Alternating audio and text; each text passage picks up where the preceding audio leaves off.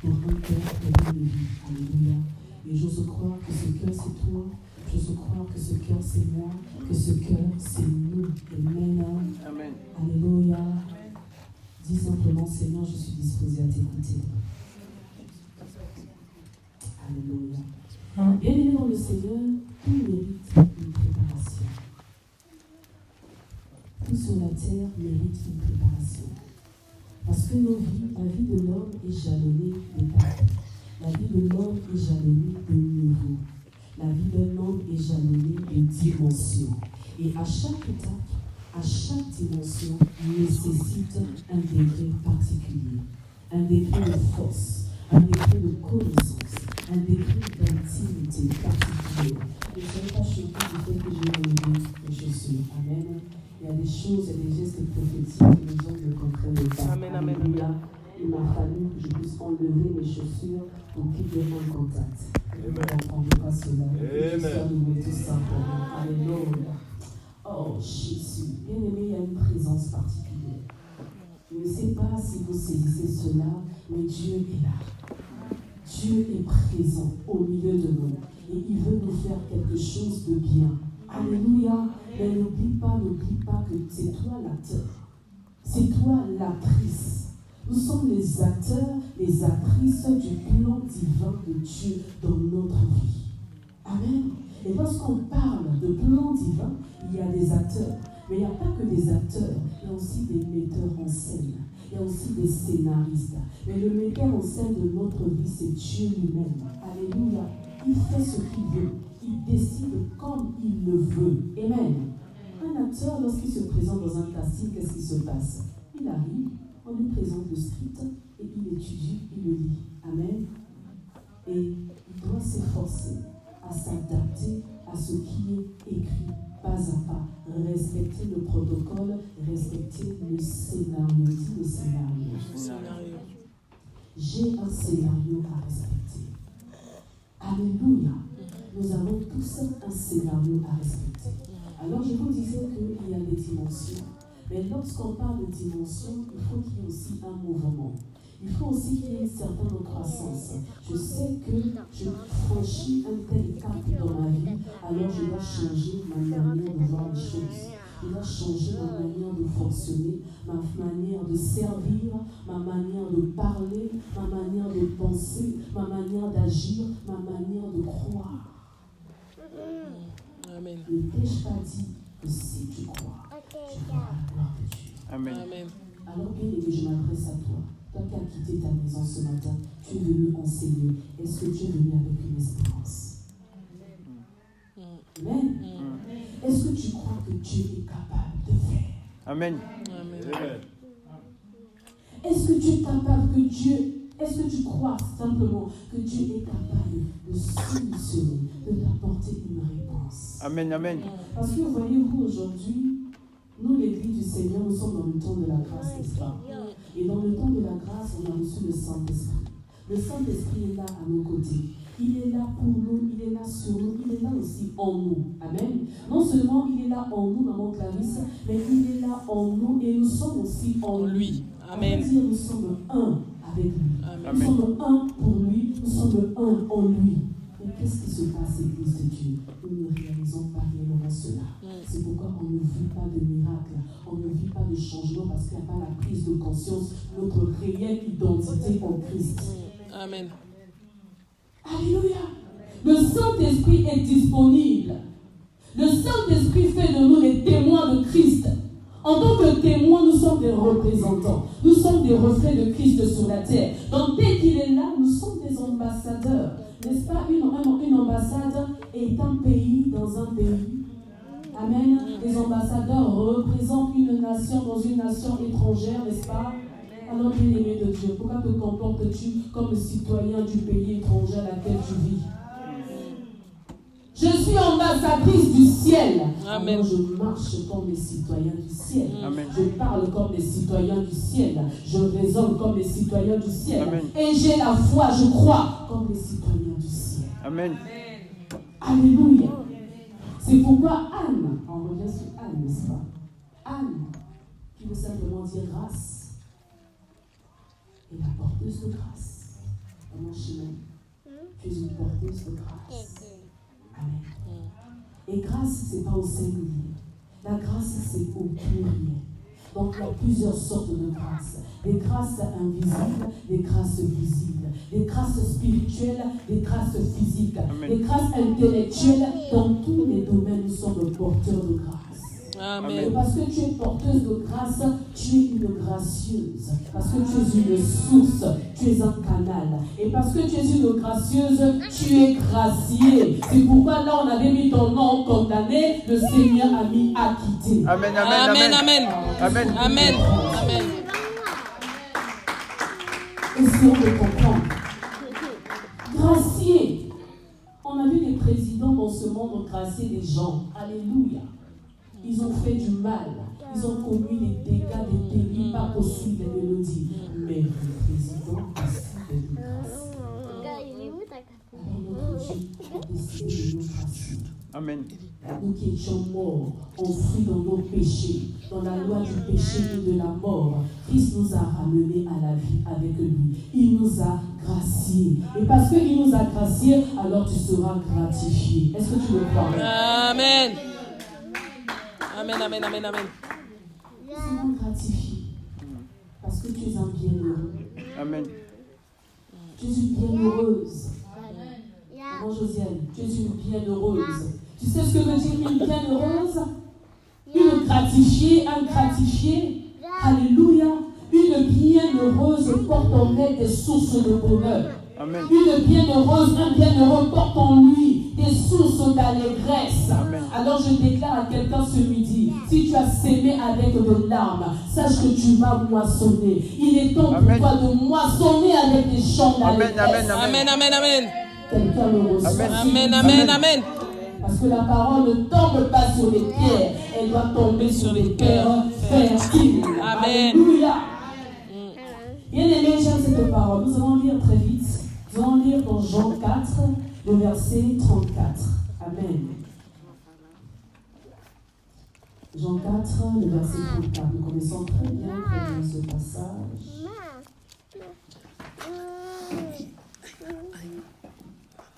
Est-ce que nous pouvons nous honorer pour honorer la parole de Dieu?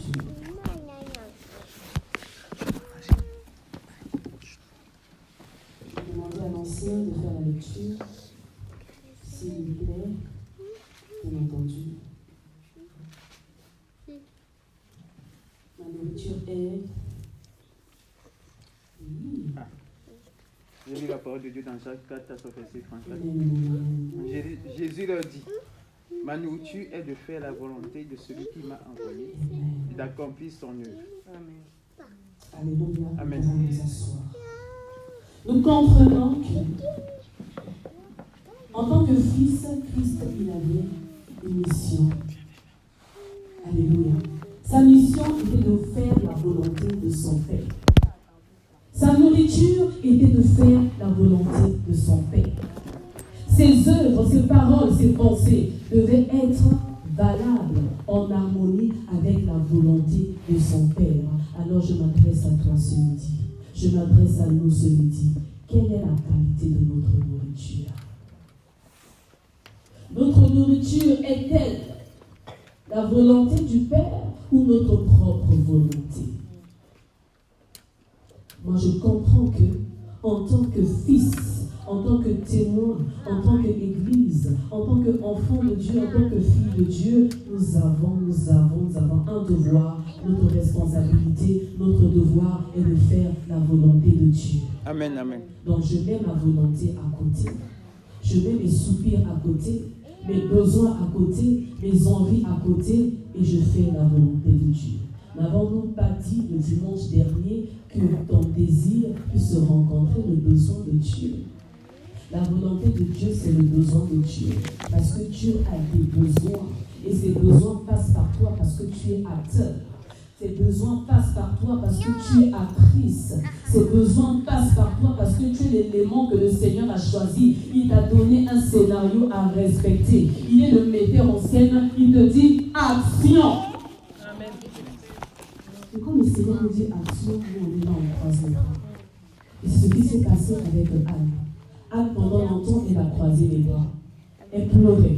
Pendant longtemps, elle attendait son fils à elle. Elle n'avait encore rien compris. Pendant longtemps, elle voulait aussi un fils avec qui jouer, comme sa sœur Pénina faisait. Qu'est-ce que tu demandes à Dieu? Que demandons-nous à Dieu jour après jour? Tu n'as pas besoin d'un enfant quelconque, mais tu as besoin d'un Samuel. Amen. Tu as besoin d'un Samuel. Alléluia. Je m'adresse à une personne ce midi. Tu te retrouves dans une prison. Peu importe le nom de ta prison, elle peut être spirituelle, elle peut être émotionnelle, elle peut être physique, elle peut être financière. Peu importe la qualité, le niveau, le degré de ta prison, tu te retrouves dans une prison. Alléluia. Parce qu'une personne qui marche sous le joug du péché est prisonnier. Une personne qui est influencée par son manque, par le besoin de son cœur, devient prisonnier de ce manque-là. Alléluia. On a vu des gens se suicider parce qu'ils n'avaient pas à se marier. On a vu des gens se suicider parce qu'ils n'avaient pas à concevoir. On a vu des gens se suicider parce qu'ils n'étaient pas autant riches que leurs voisins. Le manque les entraînait dans la mort. Alléluia. Et bien aimé, toi et moi, nous sommes des graciés. Et prophétiquement parlant, nous sommes des gratifiés. Amen. Je te dis, maman Hélène, je ne suis pas encore gratifiée. J'attends quelque chose depuis des années. J'attends mon Samuel depuis des années. J'attends mon travail depuis des années. J'attends mon mariage depuis des années. J'attends mon élévation depuis des années. J'attends mes papiers depuis des années. J'attends mon repositionnement depuis des années. Mais je ne vois pas cela arriver. Bien-aimé, tu es gratifié. Amen. Tu es gratifié. Alléluia. Et les gratifiés, c'est les hommes et les femmes de foi, Madame Roulet. Les hommes de foi qui ne voient pas leur présent.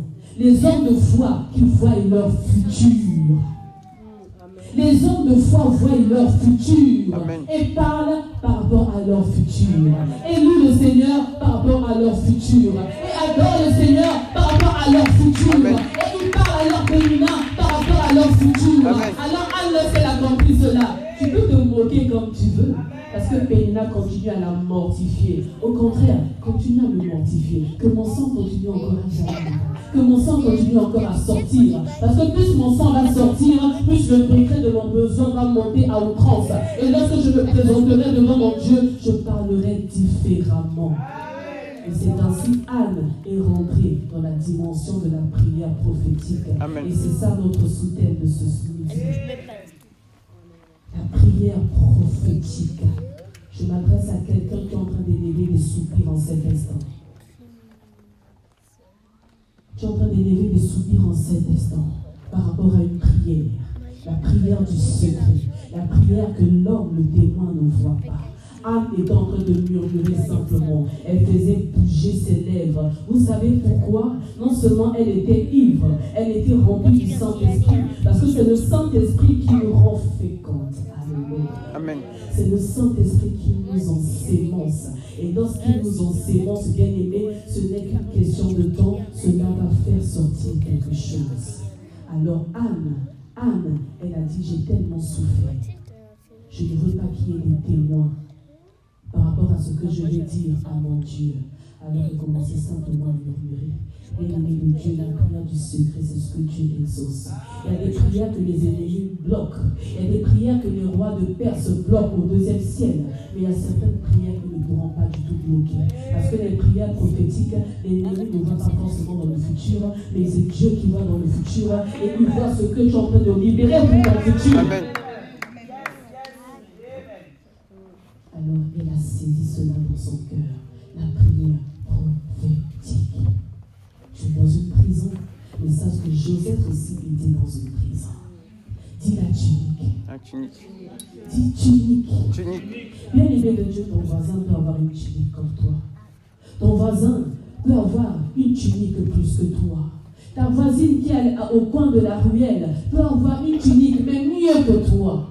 Mais ce n'est pas tout le monde qui a une tunique multicolore. On n'a pas compris. Ta soeur, ton frère peut avoir même une robe, une traîne, même à 10 mètres, je ne sais où. Mais ce n'est pas tout le monde pauvre qui a une tunique multicolore. La tunique de Joseph est pour Joseph. Ta tunique est pour toi. Ta tunique est pour toi. Personne d'autre ne pourra prendre ta tunique. Amen, amen. Peu importe la prison. Amen, amen. Peu importe la citerne. Amen. Peu importe l'abandon. Amen, amen. Peu importe la trahison. J'imagine que Joseph est en train de gémir. Mes frères, qu'est-ce qui s'est passé? Mes frères de sang se sont retournés contre moi. Et je me retrouve dans la citerne. Et dans la citerne, comme le pasteur aime bien le dire, que Dieu bénisse son serviteur même s'il n'est pas là. Dans la citerne, il n'avait qu'une seule position. Je mets mes yeux vers les montagnes. Tout me viendra le secours. Le secours me vient du Père qui a fait les cieux et la terre. Ses yeux étaient fixés vers le ciel. Dans la citerne, les yeux de Joseph étaient fixés vers le ciel. Dans la citerne, il n'y avait pas assez d'espace. Tu te retrouves dans un périmètre très étroit où tu n'arrives plus à bouger, à faire des mouvements. Tu te sens limité, offusqué, tu suffoques même dans le lieu où tu te retrouves, dans la situation où tu te retrouves, dans les conditions, dans la circonstance où tu te retrouves. Tu n'arrives même plus à bouger, mais lève les yeux simplement vers les montagnes. Et Joseph, ça, il avait compris cela. Amen, amen. Il s'est souvenu de sa tunique. Même si je suis dans la citerne, j'avais reçu une tunique. Même si je l'ai perdue, je sais que je vais la retrouver. Amen. C'est pourquoi Joseph ne s'est pas contenté dans la maison de Potiphar. Chez Potiphar, Joseph était bien. Chez Potiphar, Joseph avait retrouvé une nouvelle tunique, certainement. Mais Joseph se souvenait de la tunique de son père, de l'alliance. Bien-aimés de Dieu, nous sommes des fils et des filles de l'alliance. J'aimerais te dire ce midi, peu importe ce que tu traverses, peu importe ce que tu peux vivre, sache que tu es dans l'alliance avec Dieu. Et l'alliance du Seigneur criera toujours en ta faveur. Amen, amen. Alléluia, tu vas acclamer le Seigneur.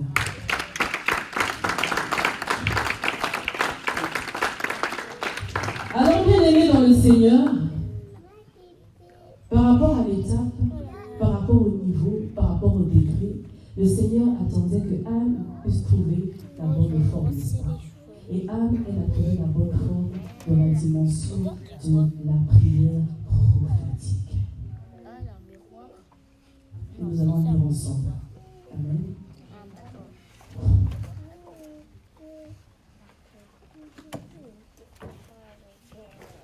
Je vais reprendre 1 Samuel 15. Anne répondit, non mon Seigneur, je suis une femme qui souffre en son cœur, et je n'ai bu ni vin ni boisson délivrante, mais je répandrai mon âme devant l'Éternel. Je vais descendre un peu plus bas, amen, au verset 19, il est écrit, ils se levèrent de bon matin. Donc Anne et son mari se levèrent de bon matin, et après s'être prosternés devant l'Éternel, ils s'en retournèrent et revinrent dans leur maison à Rama. Vous savez, le secret de l'exaucement ne se perd pas au niveau de la visibilisation de la grâce. L'exaucement arrive bien avant. Amen. Lorsque tu soupires dans le secret, lorsque tu parles à ton Dieu d'un cœur sincère, et lorsque le Seigneur se retrouve dans ton scénario, c'est-à-dire lorsque le Seigneur retrouve ses intérêts, parce que Dieu est un businessman. Alléluia, dans nos deals avec Dieu, dans nos projets avec Dieu, dans nos échanges avec Dieu, le Seigneur a besoin de se retrouver. Il a besoin de retrouver sa part dedans. Alors dans ta demande, dans ta requête, dans tes soupirs, dans tes besoins, alors où est ma part? C'est donnant, n'est-ce pas? Où est ma part? Mais sois-en rassuré, bien-aimé de Dieu, avant même que tu aies eu à ouvrir ta bouche pour demander au Seigneur, le Seigneur t'a déjà exaucé. Amen. Dieu nous a déjà exaucés.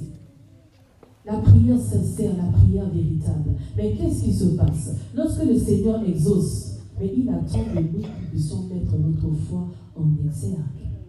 Mais qu'est-ce qui se passe avec nous? Lorsque Dieu nous exauce, nous prions, nous demandons à Dieu, nous croisons les bras et nous attendons.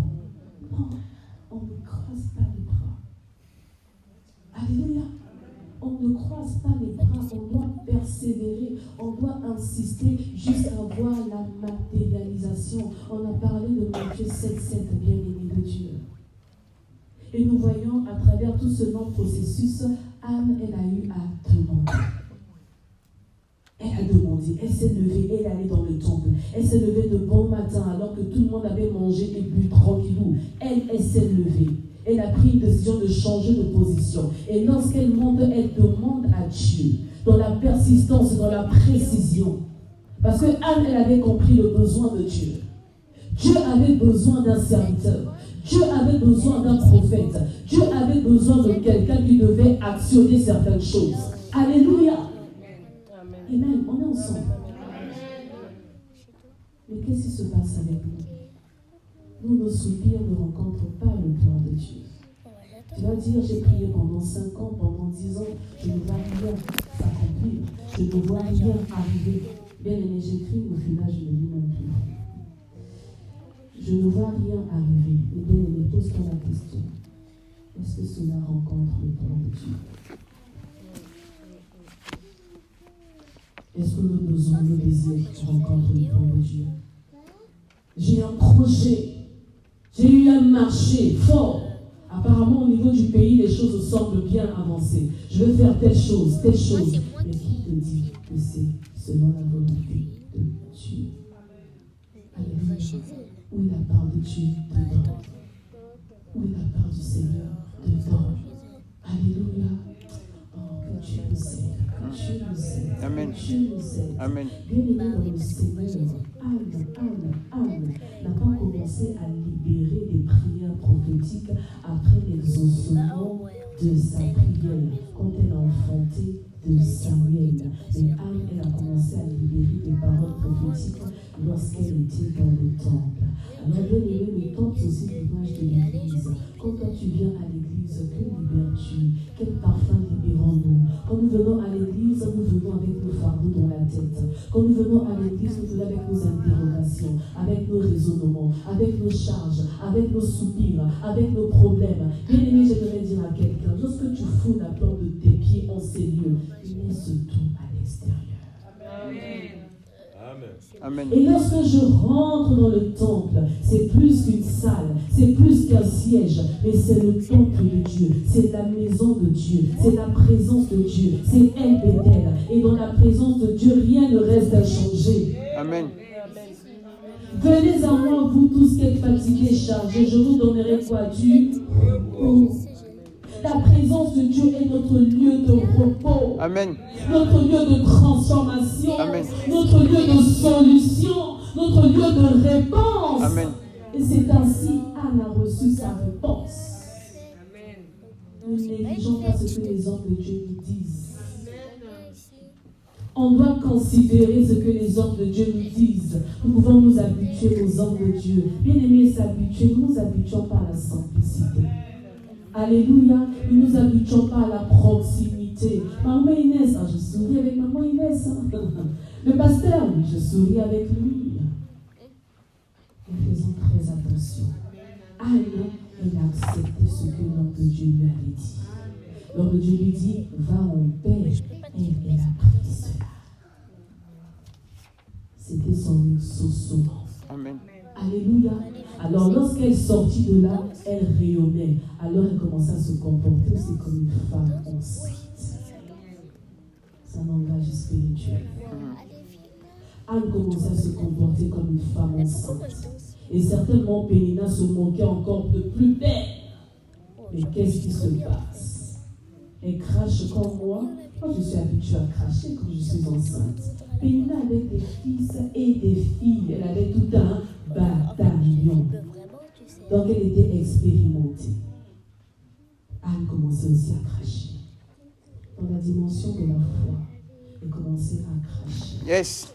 Et commencer à cracher. Oh, tu n'as pas compris. Sois béni comme Dieu qui reçoit. À commencer à cracher. Que veut dire cracher? Bien-aimé de Dieu, je vois dans Luc 1,12, lorsque l'ange Gabriel s'est présenté devant la petite Marie.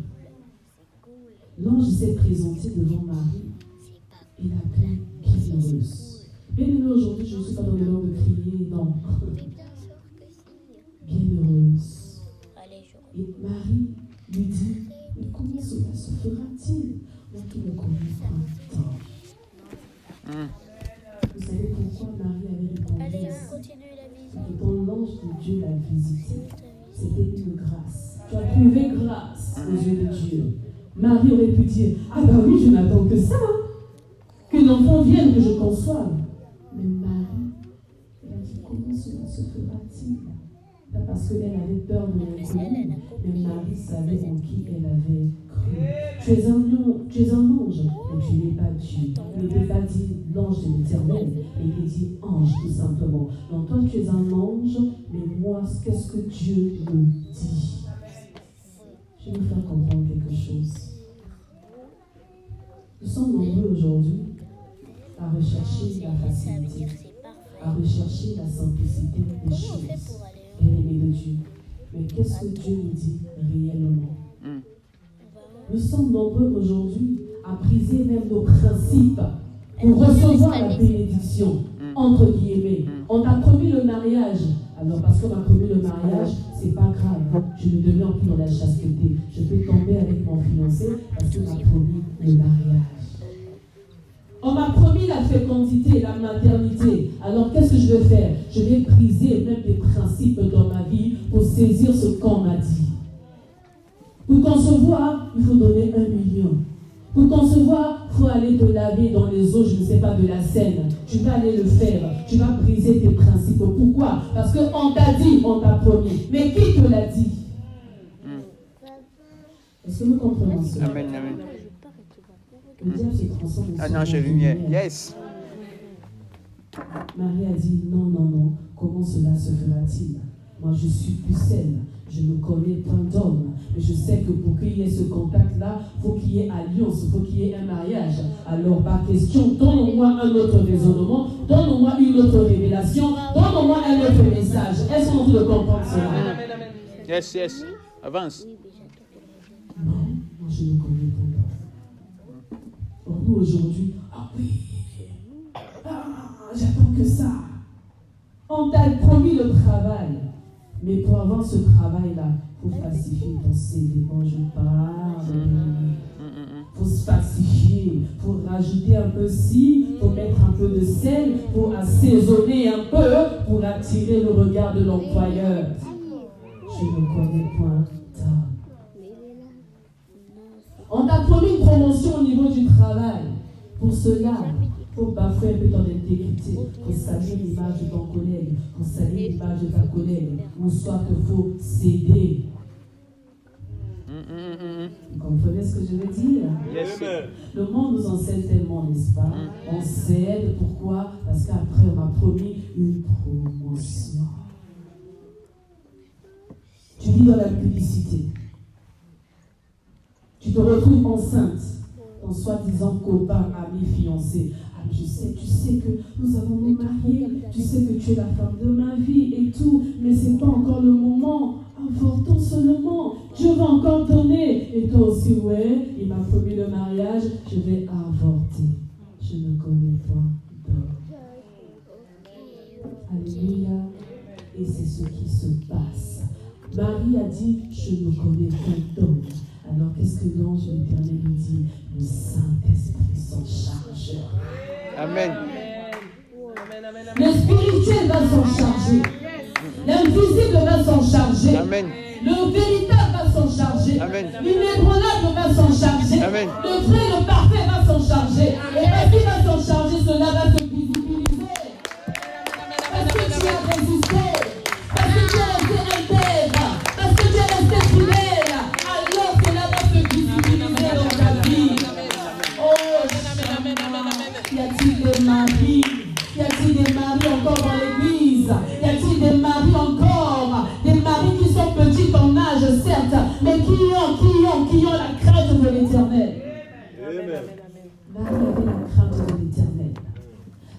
Parce que Marie a la crainte de l'Éternel, Joseph ne peut pas répudier Marie. Hey,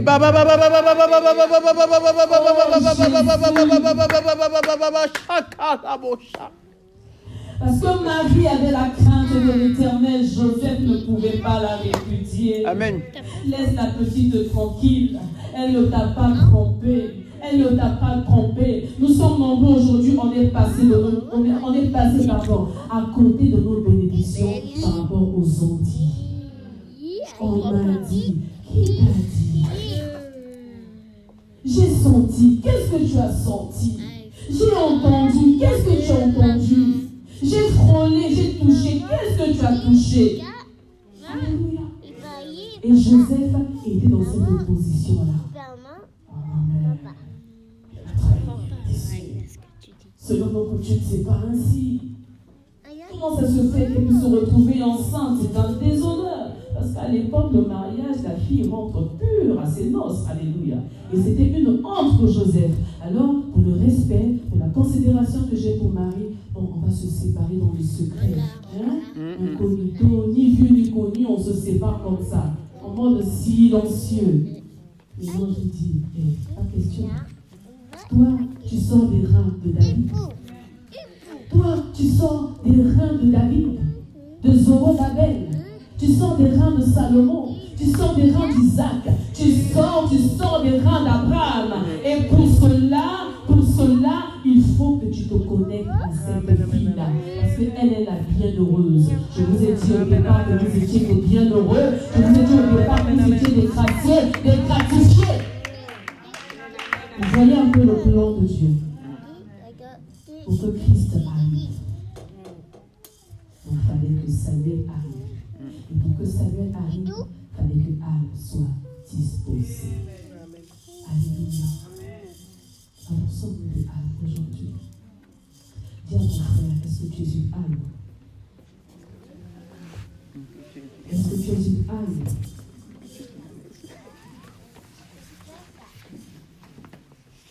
Bien aimé dans le Seigneur, pour terminer, je ne serai pas longue aujourd'hui. On va essayer de prier un petit peu après le message. Je vous ai donné une chose pour le temps, la prière prophétique, n'est-ce pas? Et je vais juste ouvrir un petit peu, je dirais, l'adoration prophétique. J'aimerais nous donner un conseil. Et des fois, nous nous égoïsons dans l'intercession. Intercesseur.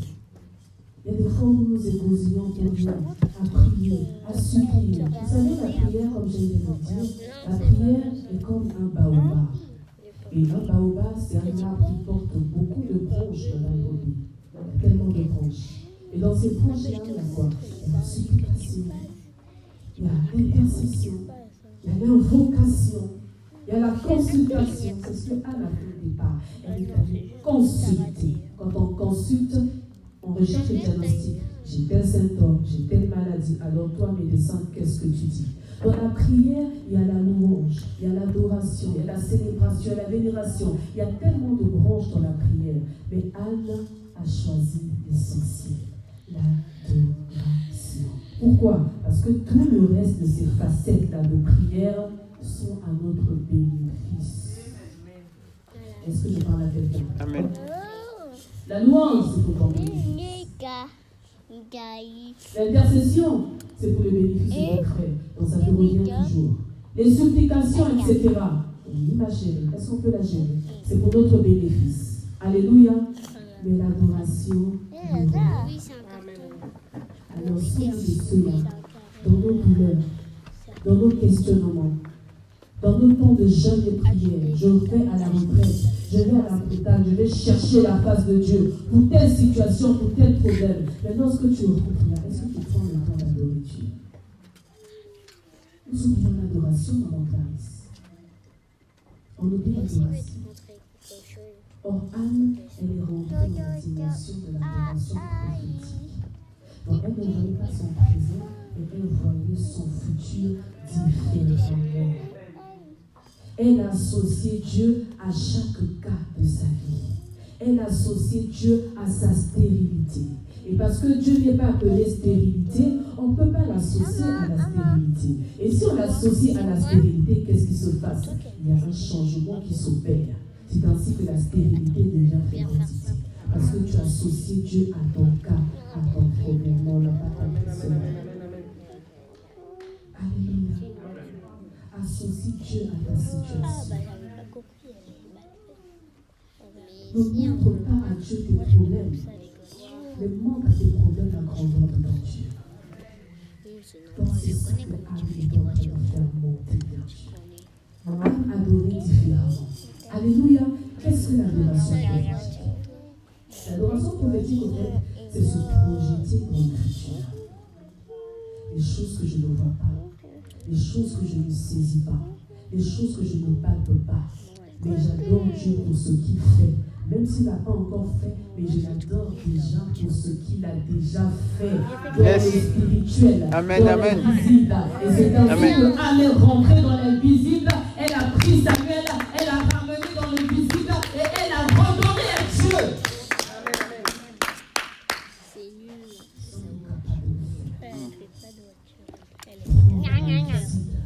Le visibiliser et le redonner à Dieu. Et c'est ce que le Seigneur attend de nous. Je ne demande pas aux gens de faire des engagements ou quoi que ce soit. Non, c'est une affaire de cœur. Tendons vers la frappe. Et le monde de notre vie est jalonné de saisons de temps et de circonstances. Alléluia.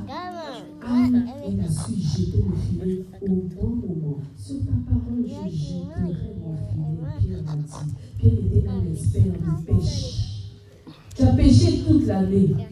Tu as pêché l'année dernière. Tu as pêché pendant 10 ans, pendant 20 ans, pendant 50 ans même.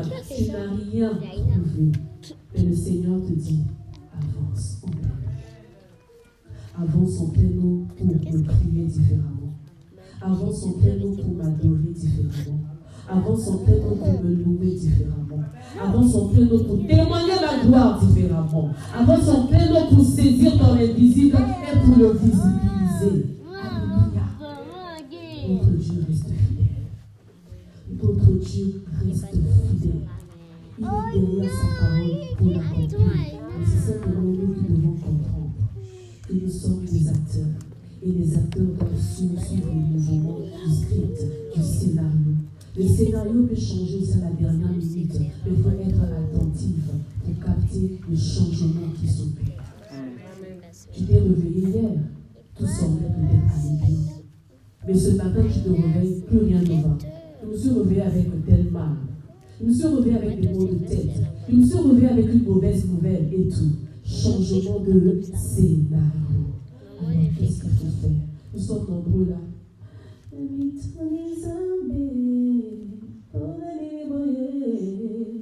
Comment ça te demander, Seigneur, qu'est-ce qui se passe? Seigneur, où es-tu? Non, Seigneur, je t'adore différemment parce que je sais que même dans ma douleur actuelle, mon passé est ton futur est mon présent, mon passé. Alors je me vois guéri, je vois ma situation résolue, je vois mes circonstances changer, je vois mon mal se transformer en bien. C'est ainsi que Jacob a dit, mon mal s'est transformé en bien. Amen, amen, amen. Et Joseph a su retrouver non pas sa tunique multicolore, mais plus que ça. Donc c'était simplement la confirmation, la visibilisation de sa tunique multicolore. Amen. La royauté, parce qu'il a traversé les étapes, il a traversé les niveaux, il est passé par les portes. Et puis s'il avançait, les portes s'ouvraient. Les portes s'ouvraient. Pourquoi? Parce que Joseph frappait. Amen. Vous êtes heureux aujourd'hui. Sois béni, Madame Robé.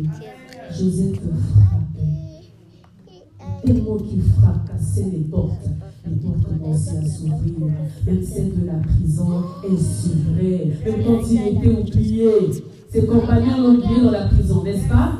Ils sont sortis, ils sont partis. Mais lui, il est resté là. Il attendait. Je continue à frapper. Il n'attendait pas les bras croisés, mais dans la prison, Joseph continuait à prier. Dans la prison, Joseph continuait à rêver. Dans la prison, Joseph continuait à soupirer, à intercéder. Seigneur, ma tunique, celle que Amen. Et je vais retrouver les miens. La Bible ne dit pas, mais moi je vous le dis. Je retrouverai les miens. Et je te dis ce midi, tu retrouveras les tiens. Tu retrouveras les tiens. Tu sais pourquoi? Parce que tu es un trait d'union entre eux et Dieu. Oh, je vais m'expliquer. Tu sais pourquoi? Parce que tu es le trait d'union entre ta vie d'avant et ta vie future. Entre ta famille d'avant et ta famille future. Entre l'histoire d'avant et l'histoire future. Entre ton passé et ton futur. Entre ce que tu as vécu hier et ce que tu vivras demain. Entre la maladie dans ta famille et la guérison qui va arriver. Entre la pauvreté dans ta famille et la richesse qui va arriver. Lève-toi, femme de Dieu. Lève-toi, lève-toi, lève-toi. Lève les mains. Tu es le trait d'union dans ta famille entre le passé et le futur. Peu importe ce que on t'a dit, peu importe l'humiliation, peu importe la douleur, peu importe le manque de considération, tu es le trait d'union entre le passé et le futur. Reçois ta grâce au nom de Jésus. Pour ceux qui ont compris, nous sommes en état de prière. Pour ceux qui ont compris, nous sommes en état de prière. Oh, le Dieu de Joseph est aussi notre Dieu. Le Dieu de Joseph est aussi ton Dieu. Le Dieu de Joseph est aussi ton Dieu. Il est le Dieu de la tunique. Il te restitue la tunique. Il te restitue ta tunique ce midi. Rekama, Sheterebo, Sayaba.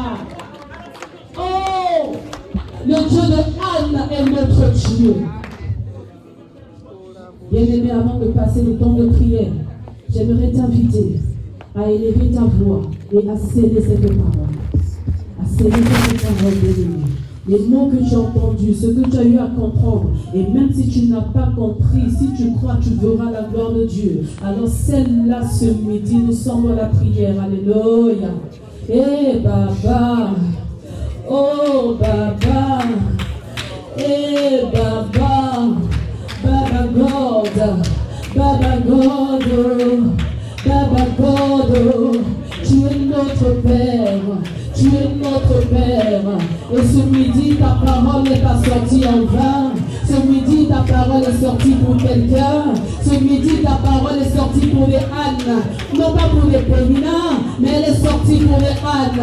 C'est comme garder leur identité, c'est comme garder leur intégrité, c'est comme garder leur fidélité en toi. C'est là qui ont gardé leur espérance. Les ânes, c'est pas seulement des femmes, mais les ânes, c'est aussi des hommes. Et en ce lieu, il y a aussi des hommes de destinée. En ce lieu, il y a aussi des hommes qui soupirent. En ce lieu, il y a aussi des femmes qui soupirent, qui s'attendent à toi, qui s'attendent à toi, qui s'attendent à toi, et qui veulent t'associer, Seigneur, à leur projet, qui veulent t'associer, Seigneur, à leur désir, qui veulent t'associer, Seigneur, à leur soupir. Oh, fais de l'Éternel tes délices. Fais de l'Éternel tes délices, fais de l'Éternel tes délices, et il accomplira tout ce que ton cœur désire, tout ce que ton cœur désire, tout ce que ton cœur désire. Reka mama mama, reka baba baba, reka bachetelebo, reka machetelebo satea. Alléluia, alléluia. Oh Jésus, Seigneur, tu es puissant. Seigneur, tu es glorieux. Seigneur, je te prie, Seigneur, ce midi, pour tes serviteurs, tes servantes. Je te prie ce midi pour ton église, oh Yahweh. Je te prie, Seigneur, parce que ce midi, nous sommes dans la dimension de la foi, dans la dimension du prophétique, parce que nous savons, oh notre Dieu, que nous sommes couverts. De la manière dont la petite Marie avait été recouverte, Seigneur, de la puissance de ton esprit. Seigneur, nous ce midi, nous sommes couverts. Nous sommes couverts, Seigneur. Nous sommes sous la couveuse, mon Dieu, du Saint-Esprit. Et qu'est-ce qui peut sortir? La naissance, ce n'est que l'enfantement d'une adoration prophétique. Ce n'est que l'enfantement de la matérialisation de tes promesses dans nos vies. Ce n'est que l'enfantement, Seigneur, de notre Samuel, oh Dieu de gloire. C'est ainsi que Anne a eu à dire, et même la stérile enfant de cette fois. Alléluia. Bien-aimé, tu vas prier pour ta foi. Par rapport aux circonstances de la vie, sachant que la vie est faite de portes qui résistent, des portes en paille, demandez, ça s'ouvre facilement, des portes en briques certainement, bien aimées de Dieu, mais il y a aussi des portes en béton, et il y a aussi des portes en fer. Et pour cela, il faut frapper. Il faut continuer à frapper. Matthieu 7, 7. Mais tu ne pourras pas frapper si tu as perdu la foi. Alors tu vas crier ce midi. Fils de David, aie pitié de moi. Fils de David, fortifie ma foi. Dieu de Jacob, rebooste ma foi. Parce que c'est la force de ma foi qui va visibiliser le désir de mon cœur. Est-ce qu'on peut s'élever dans la prière? Alléluia. Tu vas prier pour le degré de ta foi. Peu importe les épreuves, peu importe les murailles qui s'élèvent, tu es un Zorobabel. Peu importe les murs de Jéricho qui se dressent devant toi, tu es un Josué, tu es une Josué, tu es le peuple d'Israël. Mais Israël, c'est l'église de Dieu. Alors tu as la force de crier, les cris dans la louange, les cris dans l'adoration pour fracasser les murs de Jéricho. Oh Dieu, alors Seigneur, fortifie notre foi. Seigneur, fortifie la foi de ton église. Fortifie notre foi, Seigneur. Non pas une foi morte, non pas une foi passive, mais une foi active. Une foi qui déplace les montagnes. Oh Dieu, une foi qui déplace les montagnes de la stérilité, les montagnes de la limitation, les montagnes de la médiocrité, les montagnes de la maladie, les montagnes de l'échec, les montagnes de la limitation, les montagnes de blocage, les montagnes de circonstances désastreuses, Seigneur, au nom de Jésus, au nom puissant de Jésus, au nom puissant de Jésus, au nom puissant de Jésus, au nom puissant de Jésus. Bien-aimés, nous allons prier. Les enfants d'Israël ont fait le tour de Jéricho. Ils ont fait le tour inlassablement, sans se lasser, sans se fatiguer. Pourquoi? Parce qu'ils avaient un besoin. Pourquoi? Parce qu'ils étaient mortifiés. Pourquoi? Parce qu'ils soupiraient. Pourquoi? Parce qu'ils voulaient prendre, alléluia, possession. Alors, bien-aimé de Dieu, as-tu déjà pris possession? Tu vas te dire, oui, j'ai possédé le travail, mais Dieu attend plus que ça. Alléluia. Oui, j'ai possédé le travail, je suis employé. Dieu ne te voit pas en tant qu'employé, il te voit en tant qu'employeur. Oui, j'ai possédé une maison. Dieu ne voit pas la maison, Dieu voit un immeuble. Oui, j'ai possédé un enfant, j'ai eu un enfant. Dieu ne voit pas qu'un enfant, Dieu voit une multitude. Oui, mon compte est garni, Dieu a débloqué ma circonstance, mais Dieu te voit millionnaire. Donc c'est pour te dire qu'il faut toujours soupirer. Anne était insatiable, Anne était insatisfait de sa situation. Alors bien aimé, tu vas prier comme Israël qui criait. Mais ce n'est qu'après leur cri que les murs ont fini par s'écrouler. Et pourtant, Dieu avait déjà frayé les fissures. Donc c'est pour te dire que lorsque tu cries en cet instant, Dieu a déjà exaucé. Même si tu ne vois que le contraire, même si tu ne palpes pas ce qui en est réellement, mais sache que la réalité n'est pas la vérité. Alors est-ce qu'une église peut commencer à crier maintenant? Oublie la personne qui est à tes côtés. Oublie ton frère, oublie ta soeur. Entre maintenant et commence à crier dans la dimension de la louange, commence à crier dans la dimension de l'adoration, commence à crier, oh Jéhovah Sabaoth, Seigneur, nous t'adorons ce midi, toi tu fracasses les murs de nos vies, nous t'adorons ce midi, toi tu fais des chemins nouveaux, nous t'adorons ce midi, même si nous voyons que le contraire, nous savons que tu es fidèle à ta parole, tu es derrière ta parole pour l'accomplir, ce que tu dis tu l'accomplis, tu es l'Éternel qui n'échoue jamais. Alors face à nos adversaires, face à nos ennemis, tu nous as donné la plénitude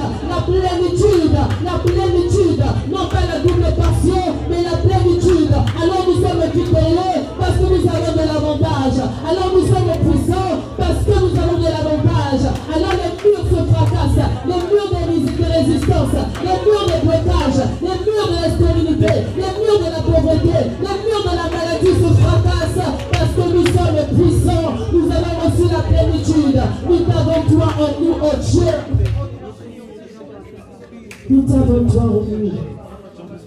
Jésus. Jésus. Jésus. Bien-aimé, cela me vient à cœur. Hier, dans l'ancien temps, les enfants d'Israël expérimentaient la gloire de Dieu, terriblement.